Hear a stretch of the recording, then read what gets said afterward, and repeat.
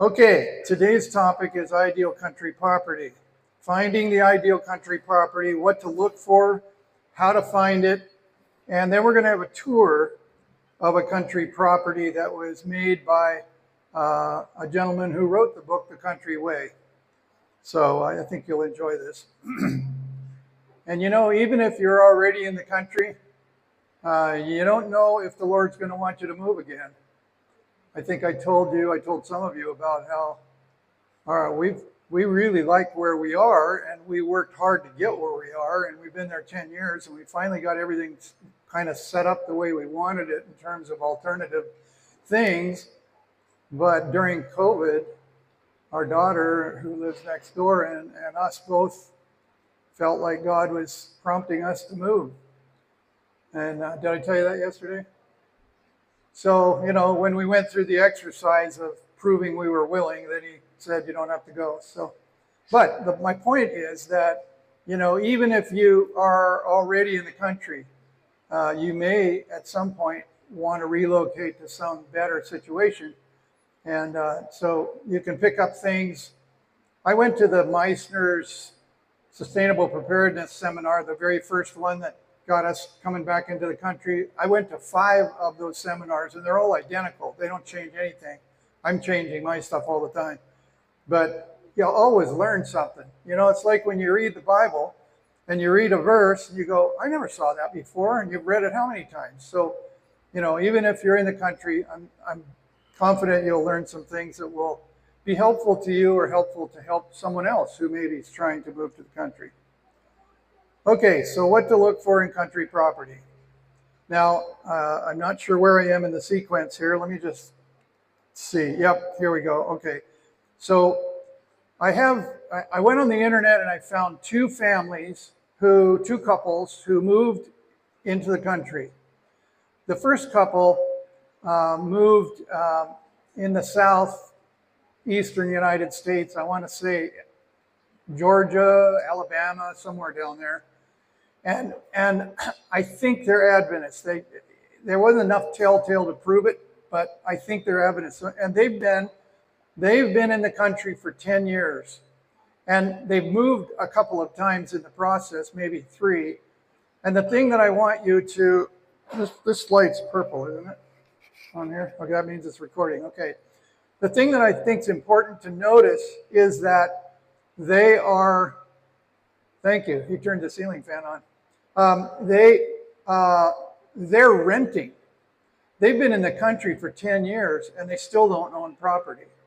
So for those of you who say, well, I'm a renter and I can't afford to do all this buying stuff, you don't have to. Like I said yesterday, think about your situation and think laterally. Like if you're renting, look to rent in the country. If you own, look to own in the country. God's not telling you you have to own. He's just telling you to get out of Dodge. So the significance of this first couple is they have lived in the country for 10 years and they've never owned yet. The next couple I'm going to show you own and have been for 10 years. And both of them are going to give you tips from their journey of what to look for in country property.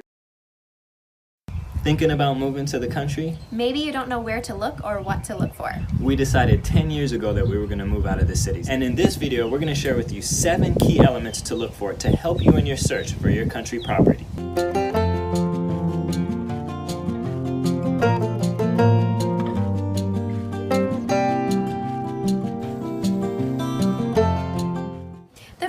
Going to want to look for is an independent water source. This can come in a variety of ways. A spring, a well, a creek, a pond, maybe even a lake. The second thing we look for in a country property is if it has a stand of trees. This is important to us because a nice stand of trees can provide a number of different things. 1, a heat source. 2, privacy. And 3, even a possible means of income. Third on our list is a place to grow your food. You're going to want to have a great garden spot and orchard. This is a must-have. Just think, if you can grow your own food, the quality is going to be better, the taste, unbelievable. And you don't have to depend on the store for your food. No. Number 4 on the list is privacy. You might think, oh, you're out in the country, privacy is a given, but that's not always the case.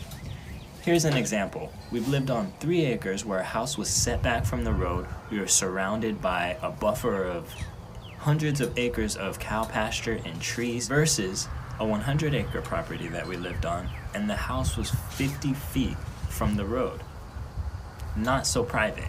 I'm really excited about point 5, and that is a strategic location. We have this book, it's one of our favorite books written by Joel Skousen. It's called Strategic Relocation. And it's very important that you do find a strategic location when you are considering where you're going to be finding a country home. And he covers everything you can imagine in this book. Some of the considerations that you might have for a particular state are: what are the homeschooling laws like? Does that state respect constitutional rights? What are the natural disasters in that area? What's the climate in that area? How high is the crime? What's the population density? There are so many factors in this book that are considered. I highly recommend the book, but it is important that you do choose a strategic location. Number 6 is the potential that the property has for alternative energy. If you're not familiar with what those are, most commonly, wind energy, solar, and microhydro. So depending on the layout of the land, one could be better for you than another. So this is something that you're going to want to look into when you're observing a property. The 7th thing that you're going to want to consider in finding your country property is the accessibility. Now, when you are considering accessibility, there's actually going to be different preferences for different people. Some people are going to want it to be as accessible as possible. Some people are going to want it to be very difficult to get into. So some things that come to mind: springtime or the rainy season in most locations, mud could be horrible and make it very hard to get in and out of your property. Wintertime, if you live in an area north, snow might be an issue. Also, depending on where you live, flooding could be an issue in the winter or spring months. Another thing that you want to consider when talking about accessibility is: what access do people have to your property, and are you having to access through somebody else's property to get to your property? Okay, so that couple was renting. You'll notice they talked about, we used to live on one that had so many acres, then we were on another one. That's because they were renting. Now this couple, they're Adventists. They went to Southern. He became a dentist, and they moved to Hawaii to be off-grid. And both of these couples, like, you can get on their channel and you can watch their journey as they make progress over these years, 10 years. What happened with the ones in Hawaii is they found this property and they were developing it and building. I think they'd already built a house. And then a volcanic eruption happened, and the lava covered that whole part of how to get there. There was no power, there was no access, nothing. And I'm assuming they just walked away. And so now this is now later. They've now found another property, and they're telling their tips for looking for country property. Oh, we got a... In this discussion, we're going to be drawing from our own experience living off-grid in Hawaii for the past 10 years. So one of the first things we considered is population density. Population density is a measure of how many people live in a particular area. So it's measured in people per square mile. Typically, some parts of every state are very populated and other parts are not. So in the state of Hawaii, for example, in Oahu, the island of Oahu, there are over 1,600 people per square mile, and that is the population density. On this island, the island of Hawaii, the Big Island, this island has a population density that's currently 45 people per square mile. So another thing to consider is distance from the city. Here on this island, we're fortunate not to have any major cities. The nearest one would be several islands away, approximately 210 miles. However, on this island, we do have some small cities in the neighborhood of approximately 45,000 people. And so in the past, living on this island, we have lived as far as an hour away from the city, or the small city. However, more recently, we were looking at a minimum of 10 miles outside of this town or city. And we ended up settling on a place approximately half an hour away. So we wanted enough distance for city expansion over time, as well as for us to be able to commute to work, get needed groceries and supplies during the development phase, etc. Yes. I would say when considering a country property, that probably the home itself is probably one of the last things that one should consider. In other words, if you find a property and it looks like the property is actually not great, but the home is great, I would consider look elsewhere, because country living is a lot more than just country location.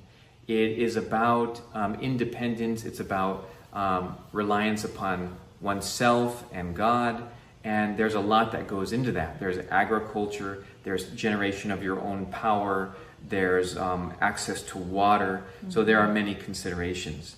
The first thing that we really looked at was property suitability for agriculture. Yes. So thinking ahead, we know that that is perhaps paramount, right? Privacy.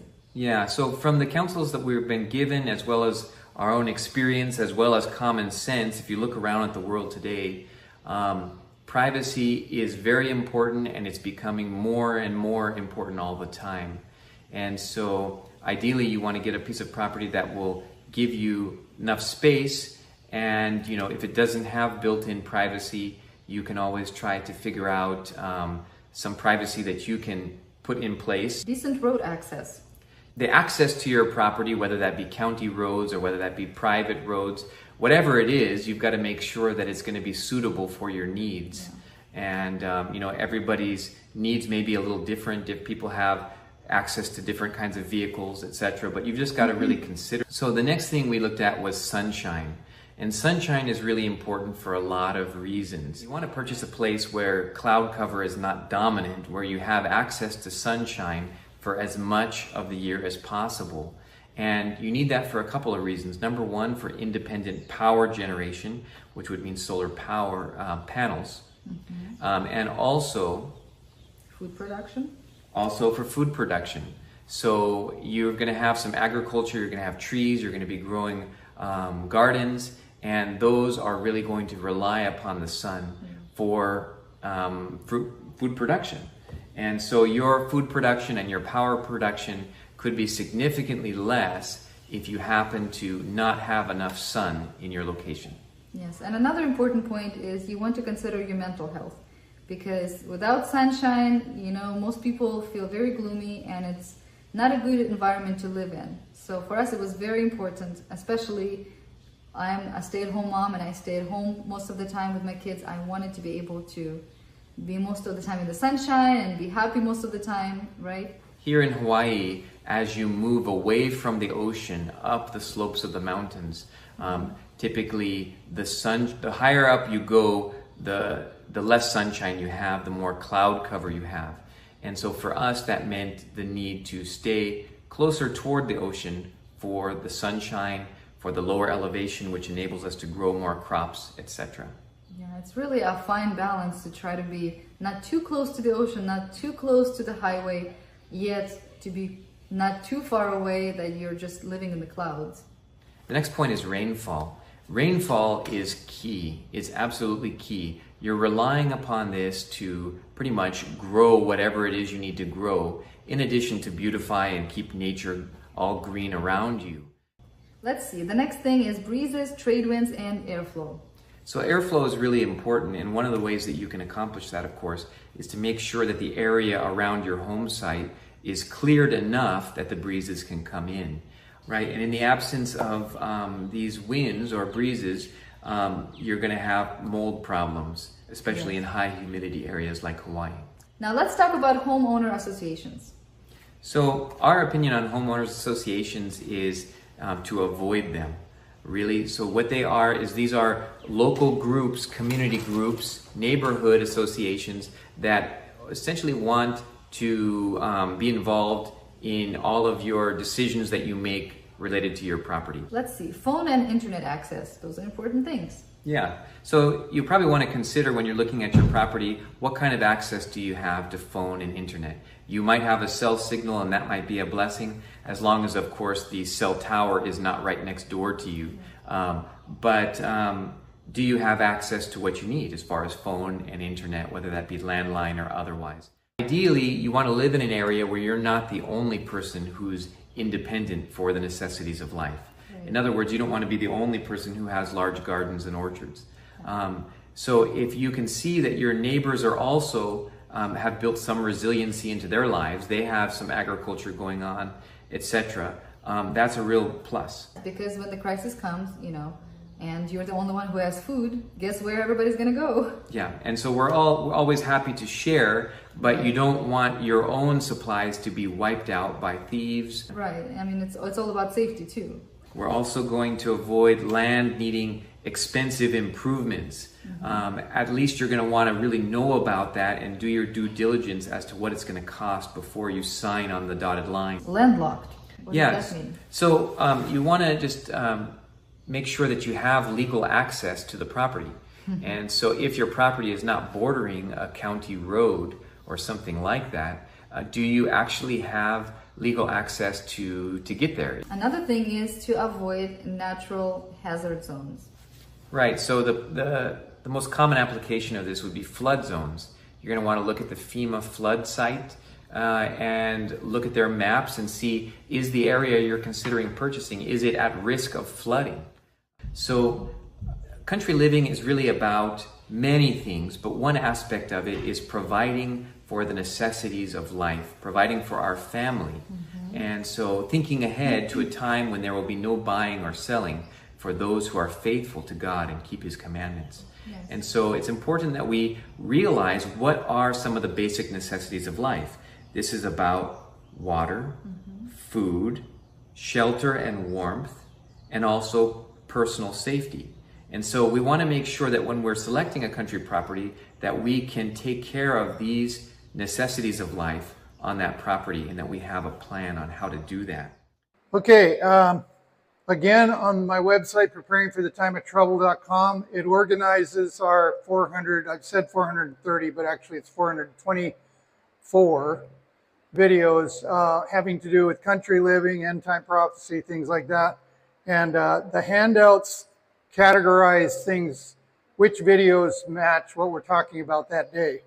I apologize, we're out of the books and we're out of day 2 handouts and yesterday's handouts. So I guess we made the right amount. But anyway, at the back of the book, when I had the book in manuscript form, this book, if you're visiting and hadn't been here before, I sent it to a person who wrote the recommendation on the top back of the book. He's in Arizona, and when he read the book, he said, what you ought to do is add in the back a list of things to look for and to consider in country property. So if you have the book, if you look in the back, I've made like about 6 or 8 pages of those things. And how important are they? Are they important? Are they things to avoid? Like when we were looking for our country property that we're on right now, we wanted to make sure there weren't high tension power lines going through the property. We wanted to make sure there wasn't a railroad that's going to blow a horn in the middle of the night, which is pretty hard to do in some areas because like northern Idaho and BC, the train goes right where the population is. And so sometimes you just have to compromise. But anyway, so that list is there. And it's a handy thing to have. I don't have it as a handout, but it is in the book if you bought the book. So here's all these things. For instance, electrical power. How important is that? Well, if you want to be off grid, then you don't care about the power. And so you can be further out and save the money. Like it could cost you, say, $15,000 to bring power in per power pole. So if you're looking remotely and you need to bring power in, it costs a lot of money to pay the power company to bring that to your property. You could invest that in being off-grid is what a lot of people think to do that are trying to be off-grid. So how important it is, it depends on whether you want to be off-grid or not. South-facing, I'm just picking some on the sheet here. South-facing, that's really important because you need it for gardening and you need it for solar electrical generation. My brother lives in northeast Washington, and people will come there. A lot of country living minded Adventist people, or non-Adventists for that matter, will come there in the summer with the idea of getting out of the city. And I'm going to try to do this so it won't rain so much. And so they come in the summer and they find this really nice piece of property and they buy it, and they don't think about the fact that it's not facing south. So in the winter, they can't get in there very easily because the snow is on the road and it doesn't melt. And then they can't do solar because they're facing the wrong direction, et cetera, et cetera. So to me, south facing is really important. Let me just grab another one. They talked about HOAs, covenants, same kind of thing. Let's see. Water rights. I'll just grab that one. If you have a creek on the property, it'd be really nice to be able to do whatever you want with the creek. And in BC, you might have that option. In some other areas, more restrictive. So you need to do some research. Anyway, there's the list. Now, what I want to do is show you a video tour of this home. This Lloyd Amy and his wife, Mary Margaret, were teachers at PUC in the late 70s through late 80s. And he taught biology. And they had a requirement for all students to take a biology course, and the course that they were taking was designed for biology majors. So Dr. Amy went to the committee and he said, you know, we really need a course that's designed for people that are not biology majors. And they said, like what? And that was kind of the tail end of the hippie era where people are living off the land and all that. And he said, why don't we do one on country living?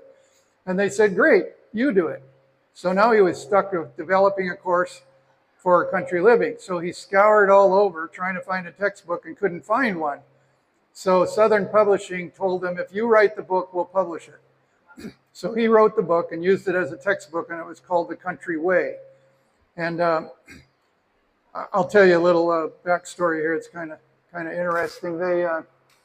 When we were looking for property, we found this property that we currently live on. It was bare timberland, and the for sale sign was an old weather-beaten sign, been there for a long time. And we were negotiating, trying to buy it, figure out how we could afford to do this thing.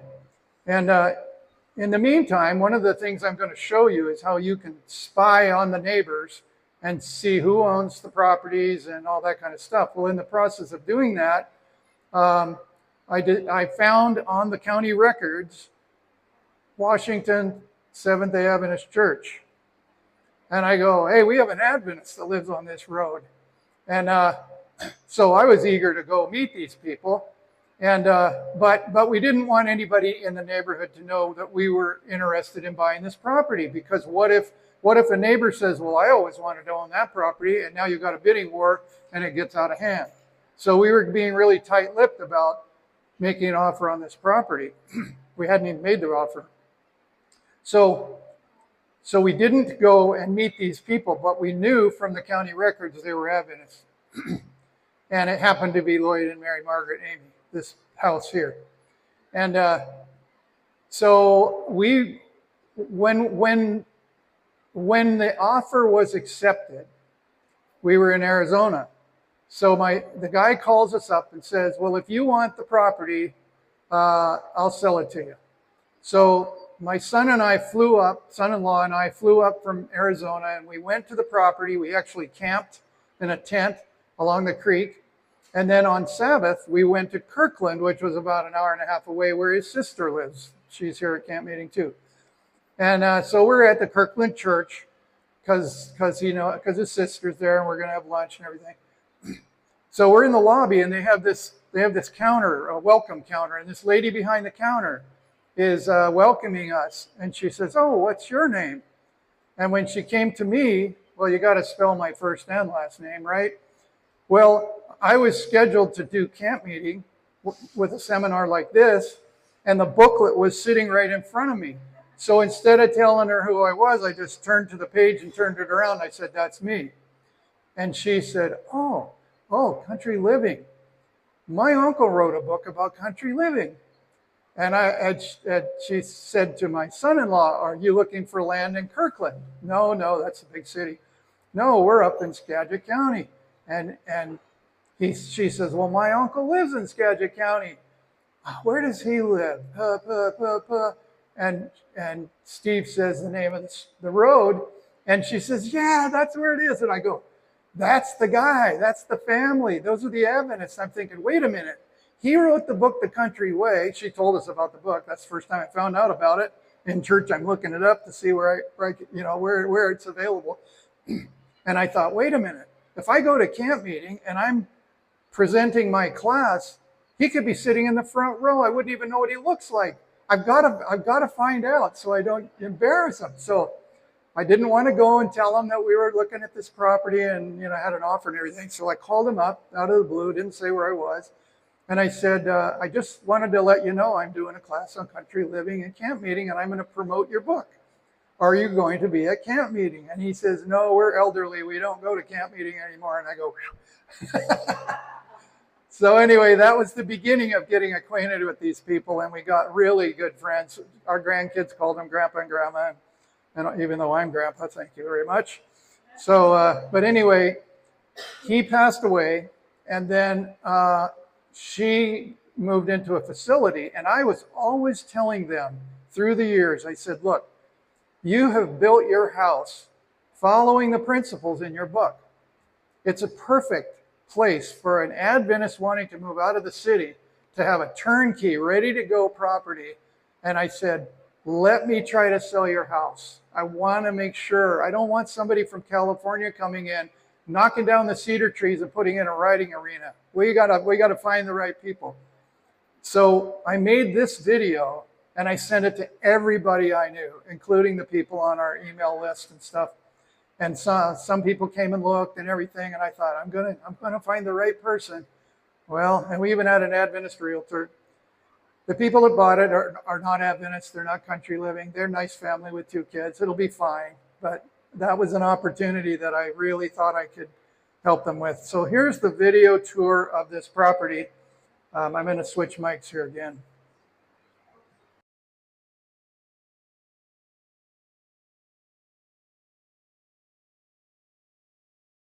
This is a video tour. This is some country property owned by Lloyd and Mary Margaret Amy, who she is in a facility, retired, and he's passed away. The Lloyd and Mary Margaret were instructors at Pacific Union College during their career, and this was their retirement home, which they developed from bare land. We are at the end of a 2-mile-long county road. At the time they moved here and bought the property, it wasn't paved, but you can see the end of the paved road in this view. We will now proceed to their driveway. This is the entry to the property off the county road. You will see it's a nice wooded 10 acres with ferns on either side of the driveway, making it very nice. The adjoining wooded area on either side is a tall stand of cedar trees. It's very beautiful.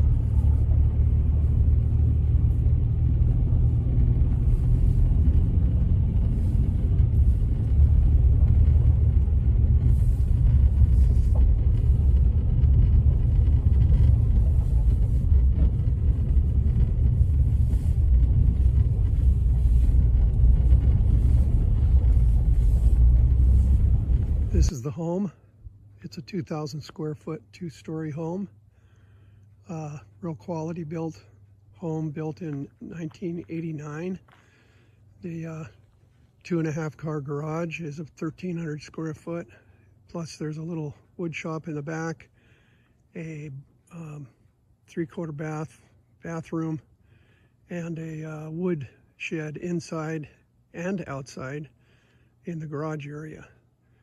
We will proceed to tour the outside of the property and then go inside.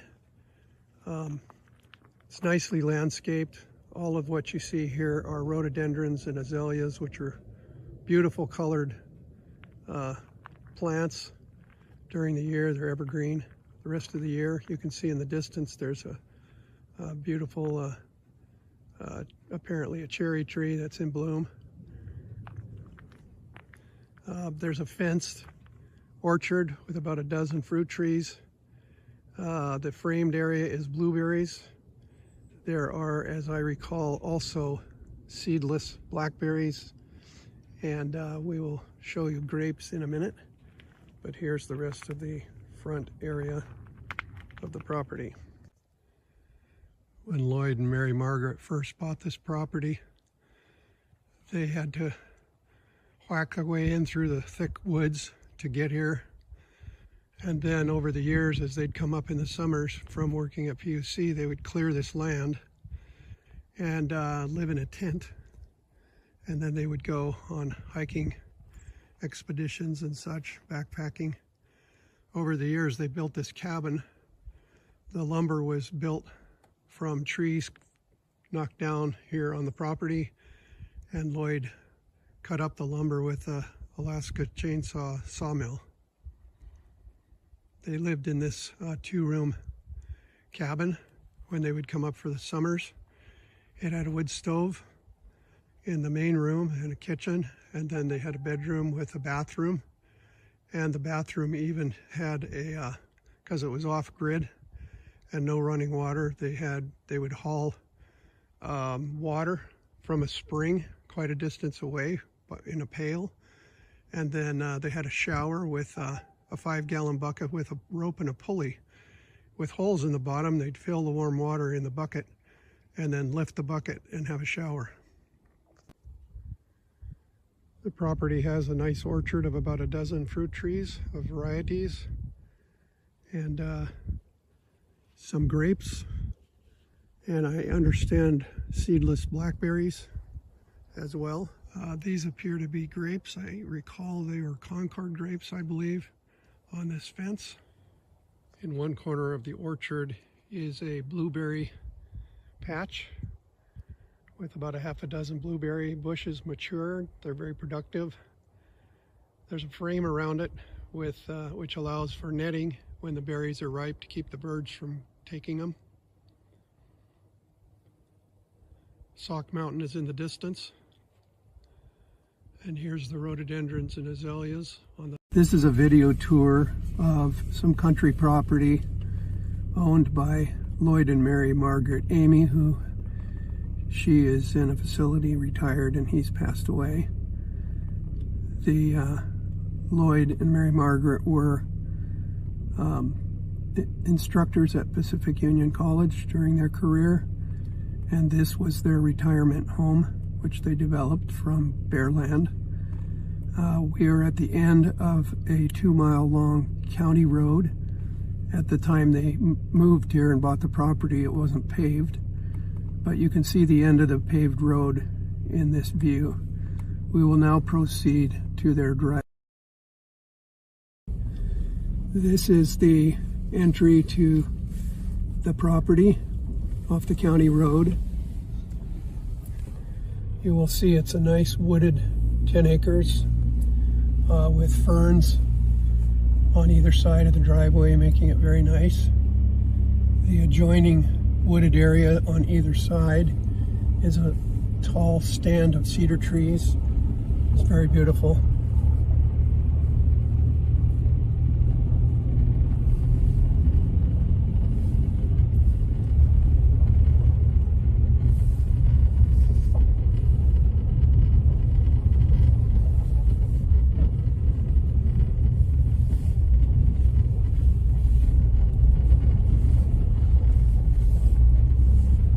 This is the home.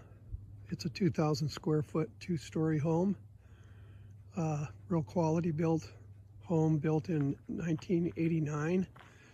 The 2.5 car garage is a 1,300 square foot. Plus there's a little wood shop in the back, a 3/4 bathroom, and a wood shed inside and outside in the garage area. We will proceed to tour the outside of the property and then go inside. It's nicely landscaped. All of what you see here are rhododendrons and azaleas, which are beautiful colored plants. During the year, they're evergreen. The rest of the year, you can see in the distance, there's a beautiful apparently a cherry tree that's in bloom. There's a fenced orchard with about a dozen fruit trees. The framed area is blueberries. There are, as I recall, also seedless blackberries, and we will show you grapes in a minute. But here's the rest of the front area of the property. When Lloyd and Mary Margaret first bought this property, they had to whack their way in through the thick woods to get here. And then over the years, as they'd come up in the summers from working at PUC, they would clear this land and live in a tent. And then they would go on hiking expeditions and such, backpacking. Over the years, they built this cabin. The lumber was built from trees knocked down here on the property, and Lloyd cut up the lumber with a Alaska chainsaw sawmill. They lived in this two-room cabin when they would come up for the summers. It had a wood stove in the main room and a kitchen, and then they had a bedroom with a bathroom. And the bathroom even had a, because it was off-grid and no running water, they would haul water from a spring quite a distance away in a pail. And then they had a shower with a 5-gallon bucket with a rope and a pulley with holes in the bottom. They'd fill the warm water in the bucket and then lift the bucket and have a shower. The property has a nice orchard of about a dozen fruit trees of varieties and some grapes, and I understand seedless blackberries as well. These appear to be grapes. I recall they were Concord grapes, I believe, on this fence. In one corner of the orchard is a blueberry patch with about a half a dozen blueberry bushes matured. They're very productive. There's a frame around it with which allows for netting when the berries are ripe to keep the birds from taking them. Sauk Mountain is in the distance. And here's the rhododendrons and azaleas on the front back side of the house. And this is the south side of the house. You can see it's a 2-story house. Living room space is on the lower right, master bedroom on the lower left, and then great room space upstairs. There's an attached sunroom on either side of that door, in which Lloyd was starting seeds and raising orchids. And then the window on the left is a little wood shop in the back of the garage. You can see there's skylights above that sunroom. This little fenced area is what was their garden in their elderly years, but I understood from Lloyd that there had been a much larger garden over here in previous years. Lloyd Amy literally wrote the book on country living, and when they purchased this property, they were attempting to implement all of the principles that he had written about and taught about country living on this property. While Lloyd attempted to integrate as many sustainable elements to this property as he could, it isn't off-grid. You can see the power transformer for the underground power. That's the only aspect, in my opinion, on this property that could be enhanced, that's missing regarding being sustainably independent, is the aspect of having alternative energy, which could be added. But it already has a dozen fruit trees, it has blueberries, grapes, other kinds of berries. It's got a source of firewood in the woods on the property. It has a wood stove for heat. So from a sustainable country living perspective, in my opinion, this is an ideal place. If you took bare land and were going to develop your own country property, how long would it take to grow fruit trees to be productive? How long would it take to have garden space that would be productive and build a greenhouse and so forth? And this has everything except for the addition of some alternative energy which could be added.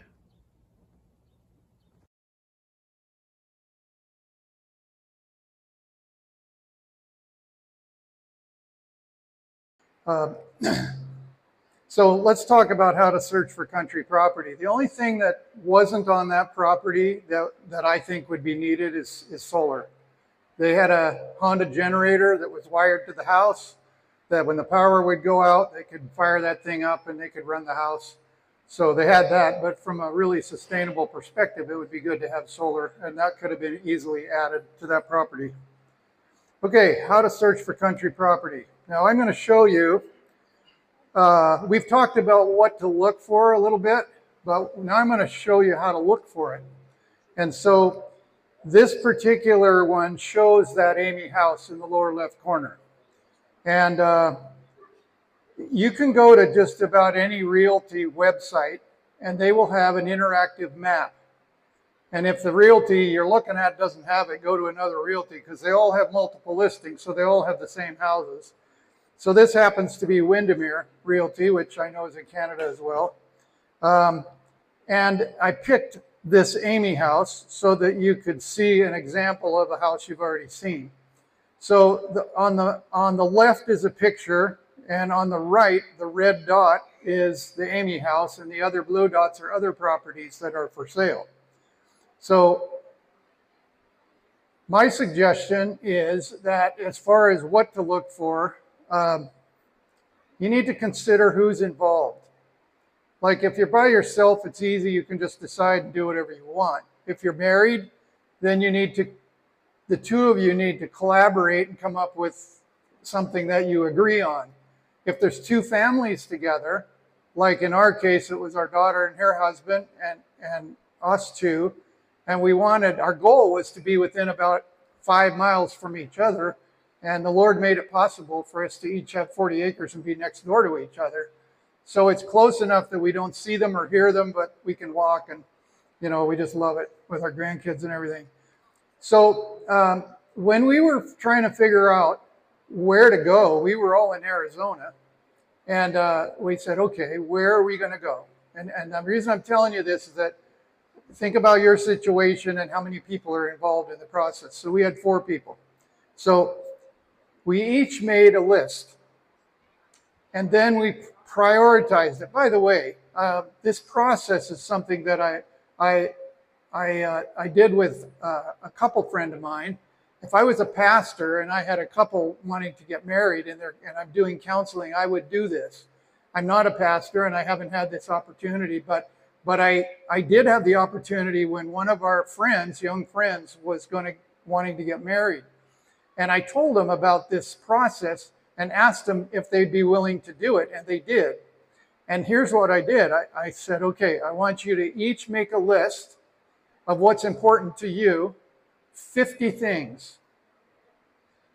Separate, half an hour later, get back together. Okay, you got a list of 50 things? And they're going, man, that was a lot of work.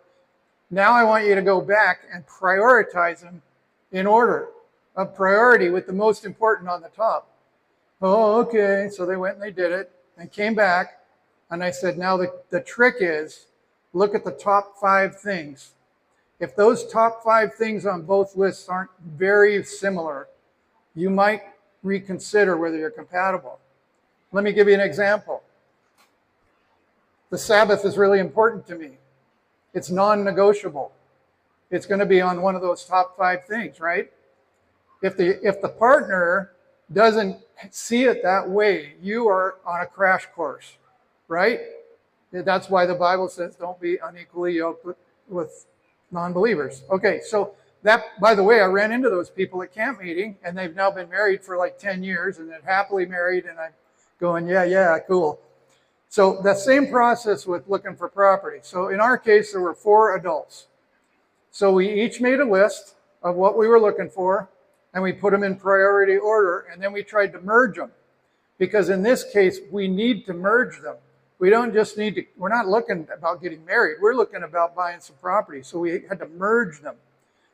So the top thing, I think, for my daughter was to be within a reasonable distance of an Adventist school. The top priority for me was to be able to have a property with a creek that I could do some micro hydro and all that stuff I was talking to you about. The top priority for my wife was that we would not be in a place that's prone to have wildfires. So we were, and our son-in-law is an electrical engineer, and I don't remember his, but from my perspective, a top priority for him is what if he can't work remotely? What kind of electrical engineering jobs could he do without having to commute 2.5 hours each way? So anyway, so we made these lists and we found this property, and it actually has worked out really well. My son-in-law still works remotely, and so do my wife and I, and it's been great.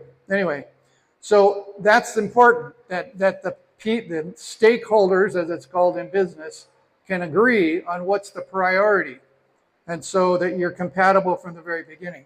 Okay, so in this case, taking those examples, this property was within reasonable driving distance to a large Adventist school. We were on the west side of the mountains where it's not supposed to have the wildfires.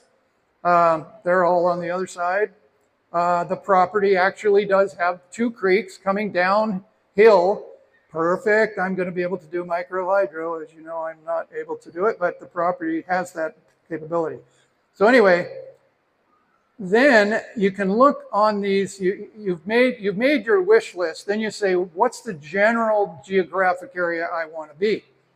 You're in Hawaii or Ohio, excuse me. You're in Ohio. You're in BC. You know, where do I want to land?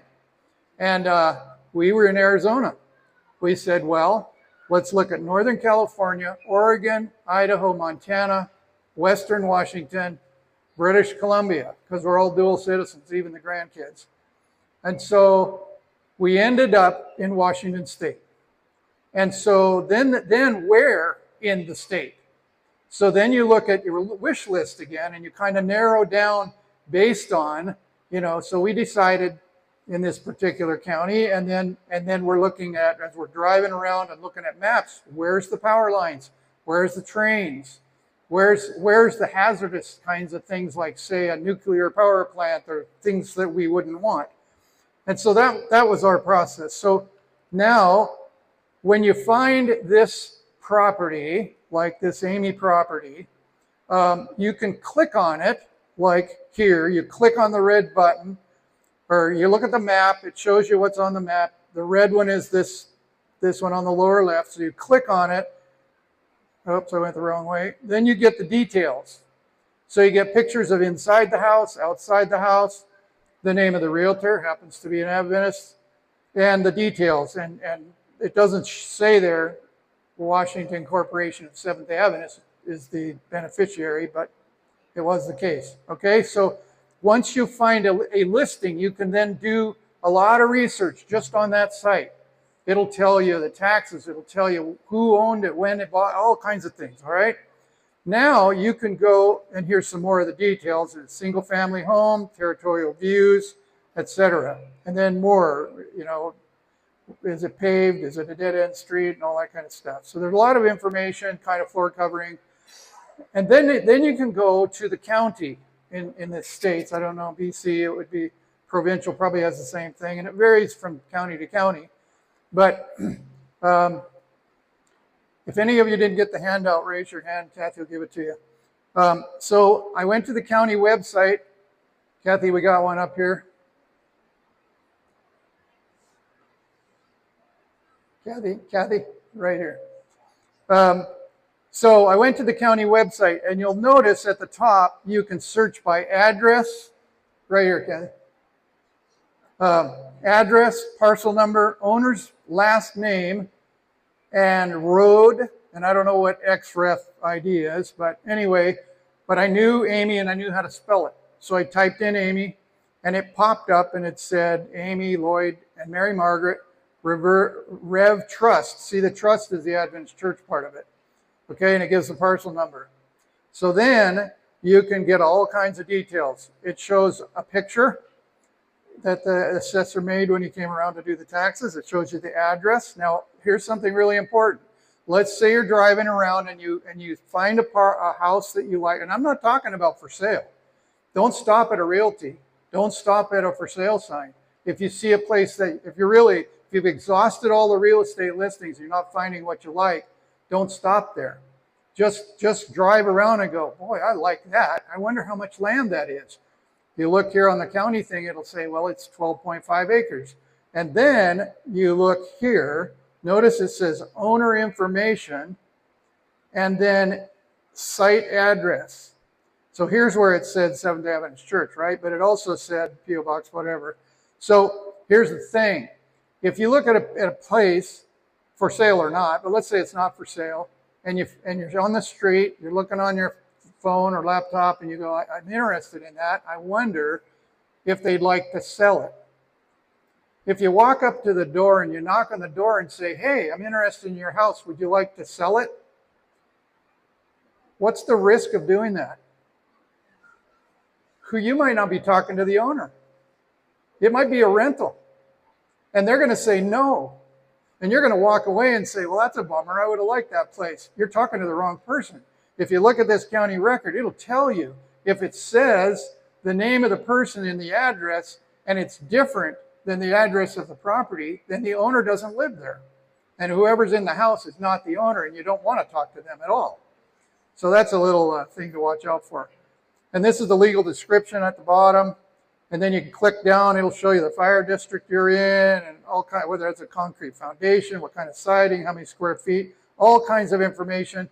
And it'll show you the taxable value, 677. In this particular case, they were asking 740, okay? And that gives you the ability to say, are they asking a reasonable price or not? Because oftentimes the taxable value is a little bit less than the market value. Do you want to guess why? My opinion is the tax assessor is an elected office. They want to get reelected. And if everybody's mad at them because their taxes are too high because they're making their property value higher than they think it should be, then they're not going to get reelected. So oftentimes through history, this number here is, say, 20% less than what the actual selling price might be. Another thing you get off of this kind of thing is, and I guess I don't show it, but it'll show the history of it being sold. And you'll know that this place actually sold 20 years ago for $300,000. And now it's 700, and you can do some research and figure it out. In this case, Amy's owned it forever. Okay, another thing is you can go to Google Maps. Now, I use Google Maps when I'm traveling, tell me about traffic and all that stuff, but this is Google Maps showing the Amy house, okay?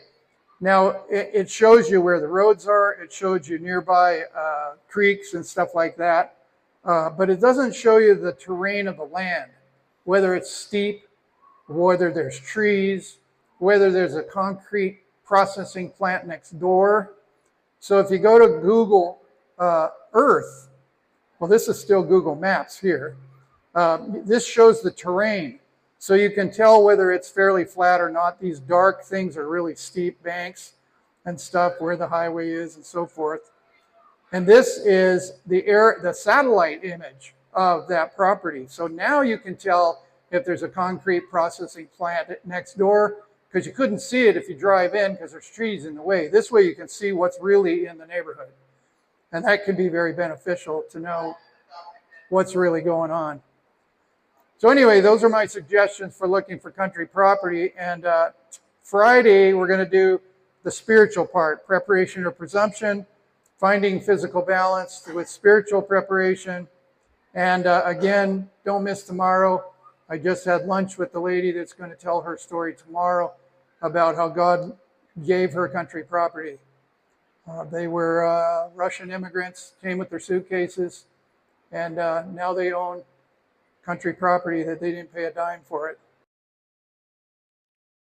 To be aware of new videos like this one, be sure to subscribe to the Preparing for the Time of Trouble channel.